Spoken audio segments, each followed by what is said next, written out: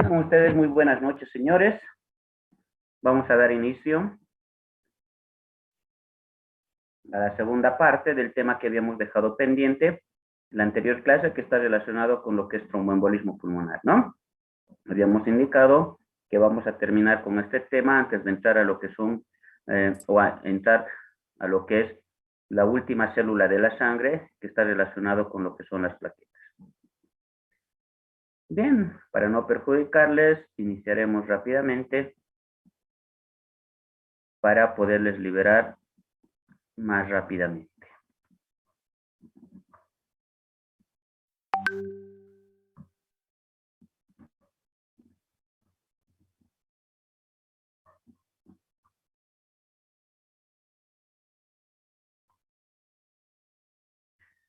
Después de haber hablado justamente de los efectos primarios y de los efectos secundarios, mejor dicho, de los factores primarios y los factores secundarios, como para que se presente justamente una trombosis venosa profunda, habíamos quedado que esto se puede realizar a través, o se puede evitar, si vale el término, a través de métodos mecánicos y de métodos farmacológicos, o sea, evitar o prevenir justamente este tipo de cuadros.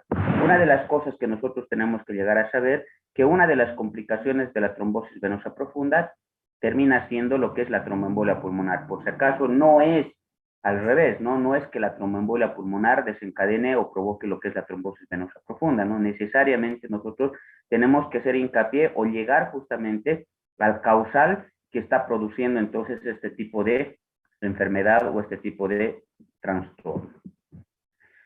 Las formas de poder entonces prevenir este tipo de trastornos van a ser hasta a través de lo que son métodos mecánicos o a través de lo que son métodos farmacológicos.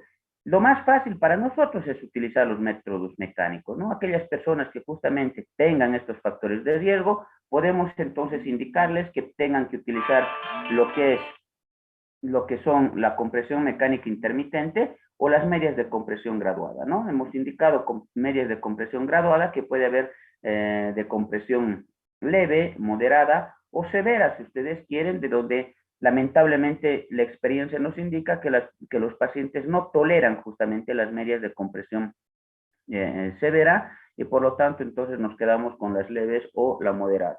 O de otra forma, las personas que fácilmente pueden llegar a utilizar las heparinas de bajo peso molecular a dosis profiláctica, ¿no? Como es la enoxaparina, 40 miligramos subcutánea, la nodraparina, 3.400 unidades, la dalteparina, 5.000 y el fondoparinox, 2.5. También habíamos hablado de que como estos pacientes, en la gran mayoría, van a llegar a presentar trombosis venosa profunda, habíamos indicado que el diagnóstico de esto lo vamos a ir realizando en primer lugar a partir de lo que es entonces la clínica. Y dentro de la clínica tenemos que hablar de que se va a presentar con un edema y este edema es necesariamente a predominio unilateral. Rara vez es cuando se va a presentar entonces de manera bilateral, pero generalmente no llega a ocurrir este tipo de trastornos o este tipo de fenómenos, ¿no? Al margen de esto va a haber sensibilidad local, va a haber lo que nosotros conocemos como el signo de Homan y aumento de la temperatura por la éstasis venosa que se está llegando a presentar. Hasta ahí es donde lo estábamos hablando, justamente hasta la anterior clase. Ahora, vamos a hacer hincapié a los síntomas del tromboembolismo pulmonar. Y justamente dentro de los síntomas del tromboembolismo pulmonar tenemos que determinar que la disnea de aparición súbita es algo que a nosotros nos tiene que llamar la atención. Y justamente la disnea de aparición súbita, o si ustedes quieren de aparición inexplicable, se va a llegar a presentar hasta en el 84% de todos los cuadros de tromboembolismo pulmonar. Por lo tanto, es un signo importante o es un signo casi patognomónico del tromboembolismo pulmonar, pero estamos hablando de disnea de aparición súbita. A esto le va a acompañar el dolor torácico de tipo pleurítico, la tos, dolor a nivel de lo que es la pantorrilla, sudoración, ansiedad y hemoptisis. Hasta ahí es justamente los datos que yo tengo que llegar a determinar para ir sospechando en la posibilidad de un fenómeno trombótico a nivel entonces pulmonar. ¿Ya? Y posteriormente a eso puedo encontrar dolor no pleurítico, puede haber o no síncope, puede haber palpitaciones o puede haber entonces dolor anquinoso. Ante estas características clínicas y además habiendo encontrado de que mi paciente tiene una trombosis venosa profunda, la probabilidad del diagnóstico ya es casi el 100%. ¿Qué estudios tengo que empezar a solicitar para ir yo dándome cuenta de que estoy frente a este tipo de trastornos? Desde una placa de radiografía, a mí ya me ayuda de bastante, ¿no? Entonces, en la placa de radiografía, ¿qué es lo que nosotros podemos llegar a ver? La famosa oligoemia.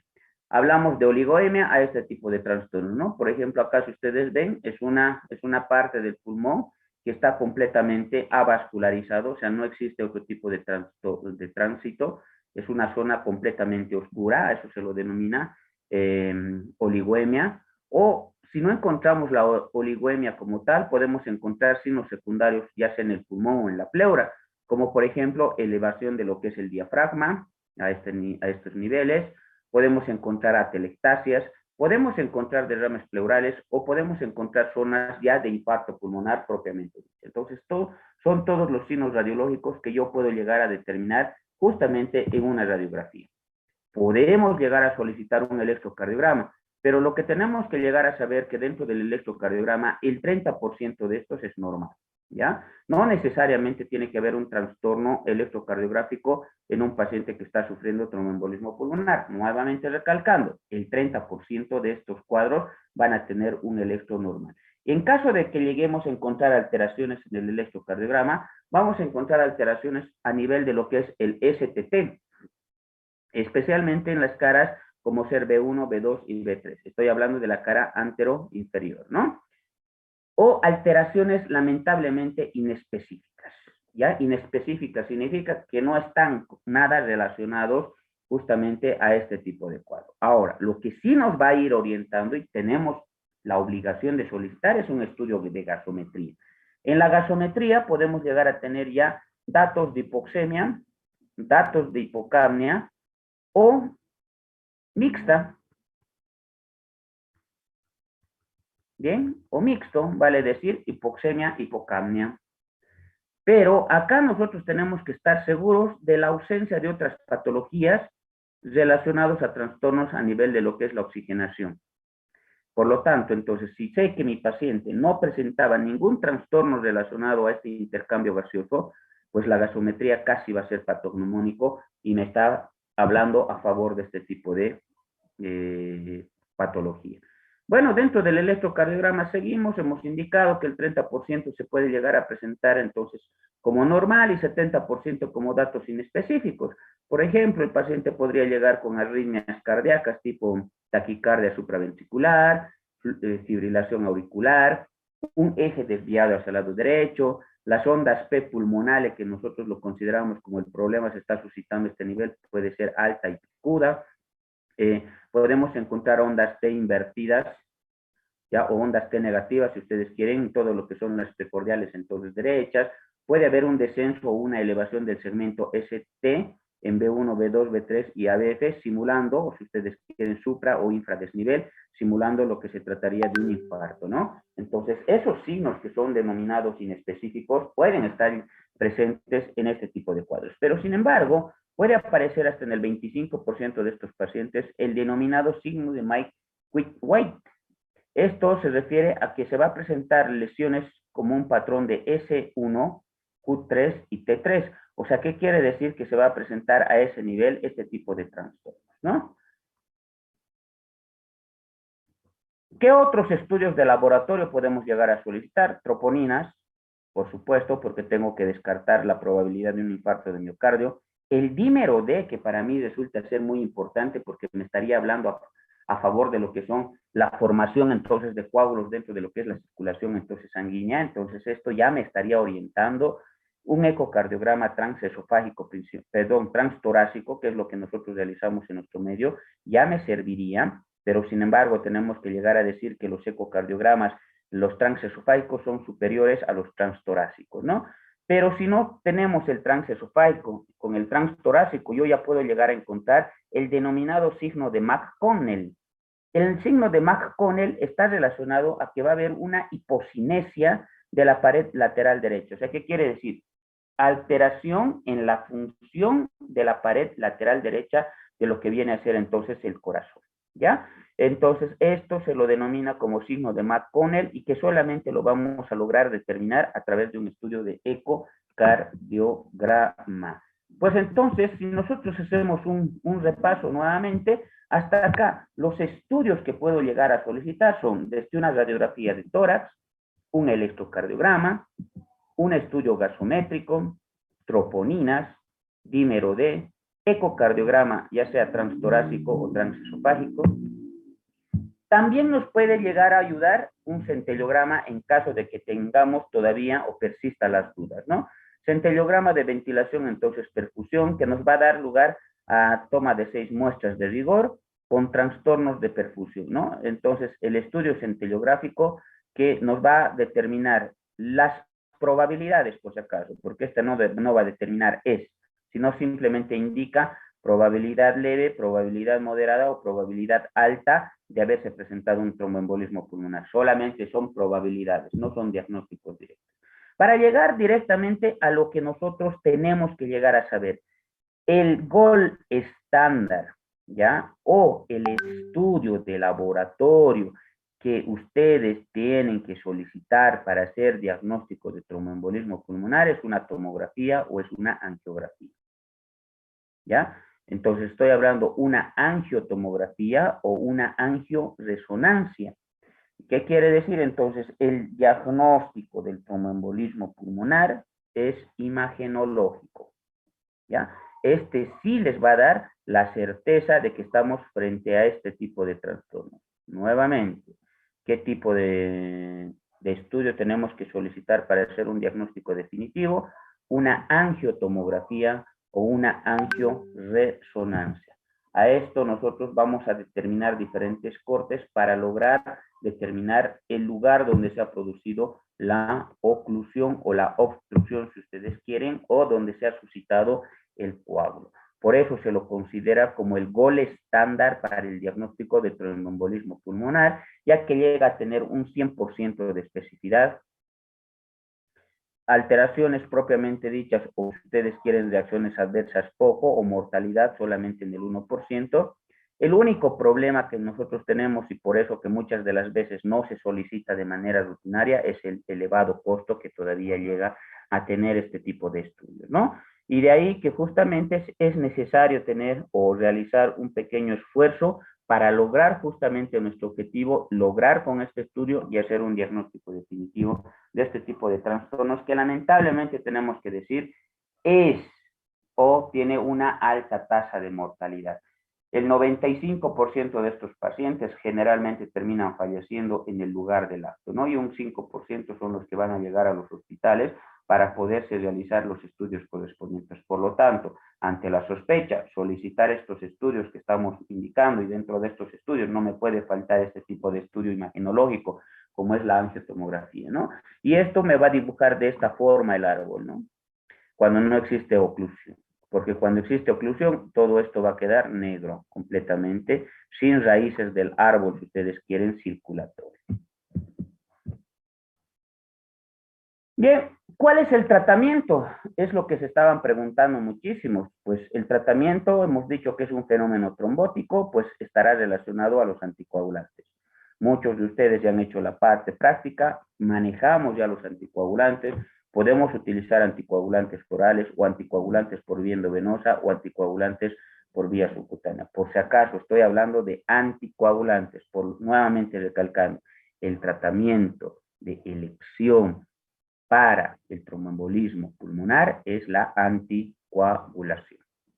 ¿De acuerdo? Este puede ser por vía endovenosa o si ustedes quieren mejor hablando es por vía parenteral o por la vía oral. Cuidado que me estén diciendo, doctor, la aspirina no, la aspirina queda de lado. Ahí está justamente. La aspirina es ineficaz inclusive para prevenir una trombosis venosa profunda. Por lo tanto, no crean que en este momento de pandemia también donde todo el mundo ha empezado a utilizar la aspirina como profiláctico para evitar la hipercoagulación, estamos cometiendo un grave error, ¿no? Solamente estaría actuando como un antiinflamatorio y más nada. O sea, no está previniendo, si vale el término, la aspirina, la formación de trombos o microtrombos, que son los que se suscitan justamente en esta otra enfermedad llamada COVID-19. Y es lo mismo en este problema pulmonar, ya sea tromboembolia pulmonar o trombosis venosa profunda, la aspirina no nos previene del fenómeno.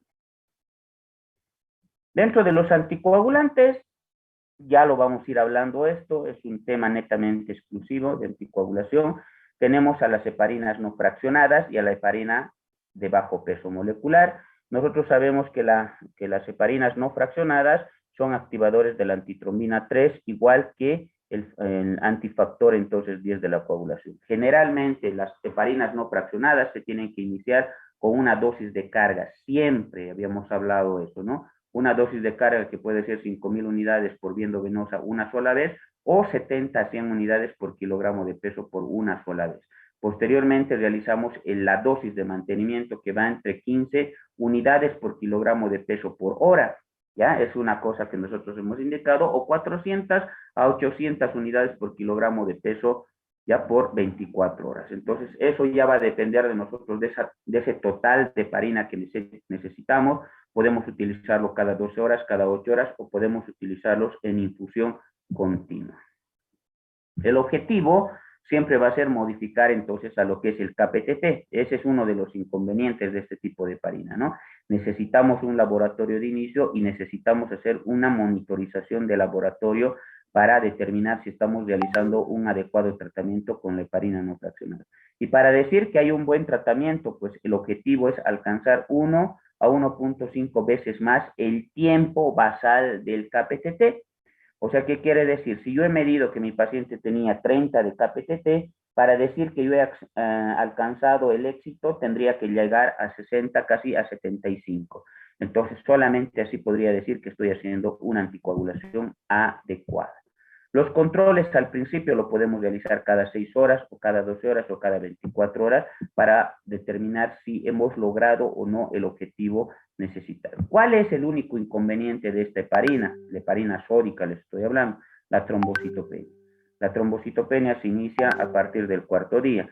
Ahora, obviamente, aparte de la trombocitopenia, si yo me excedo con la dosis, puedo provocar hemorragias, ¿no? Lo bueno de esto es que tiene antídoto, y el antídoto se llama sulfato de protamato. Mientras que las heparinas de bajo peso molecular, su nombre dice, inhibe al factor 10 de la coagulación, no necesita laboratorio para ser monitorizado, no produce o produce en menor frecuencia lo que es la trombocitopenia, ¿no? La heparina que más nosotros estamos utilizando es la famosa enoxaparina. En ocasiones vamos a acudir al fenómeno trombolítico. ¿Esto cuándo? Cuando el coágulo esté incrustado en la arteria principal, entonces pulmonar, y esté por provocar un infarto masivo, así se llama. Entonces ahí necesitamos, igual que en el infarto de miocardio, lisar este coágulo lo más rápidamente posible. Y para esto vamos a utilizar los trombolíticos.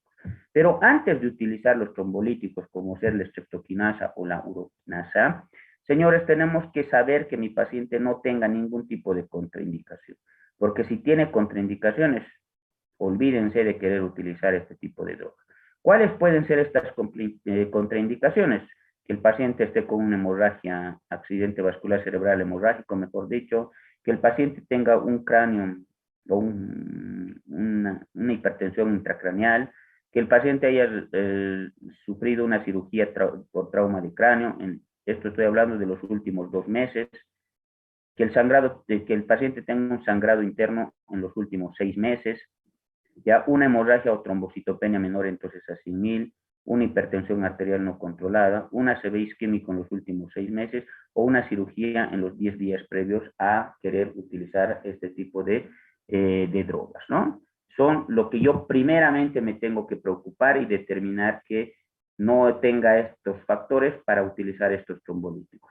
Cuando no podamos realizar, por alguna razón, no podamos utilizar los anticoagulantes porque están contraindicados en mi paciente o porque tienen alergia a estas drogas, pues puedo utilizar el tratamiento quirúrgico, ¿no? Podemos realizar las embolectomías quirúrgicas o definitivamente introducir filtros a nivel de lo que es la cava inferior.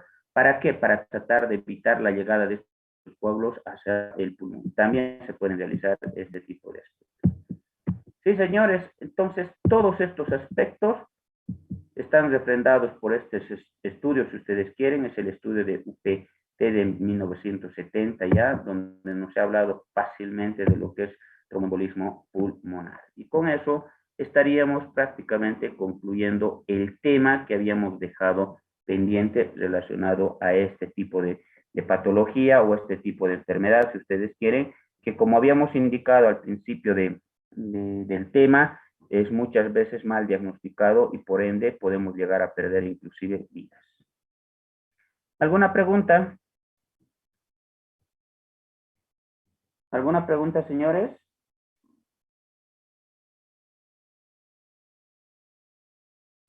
No, doctor. Preguntas, consultas, dudas o opiniones. Ninguna, ¿no?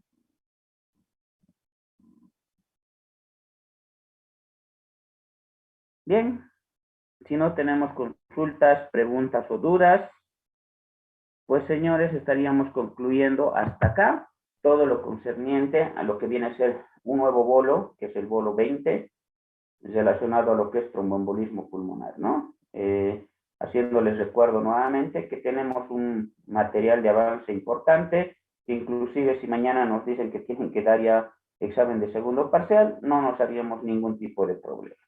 Sí, señores, entonces es por eso que las clases hemos indicado que de aquí en adelante las vamos a ir realizando no a las carreras, sino así clases cortas para que ustedes tampoco se lleguen a aburrir, tomando en cuenta de que ya en el transcurso del día seguramente tienen cargadísimos sus agendas, pues y la idea es que por lo menos se les quede algo de enseñanza relacionado a la materia. Si no, no tendría sentido estas clases, ¿no? Podríamos dar inclusive clases por avanzada. ¿Sí, señores? Bien, si Bien, no doctor. tenemos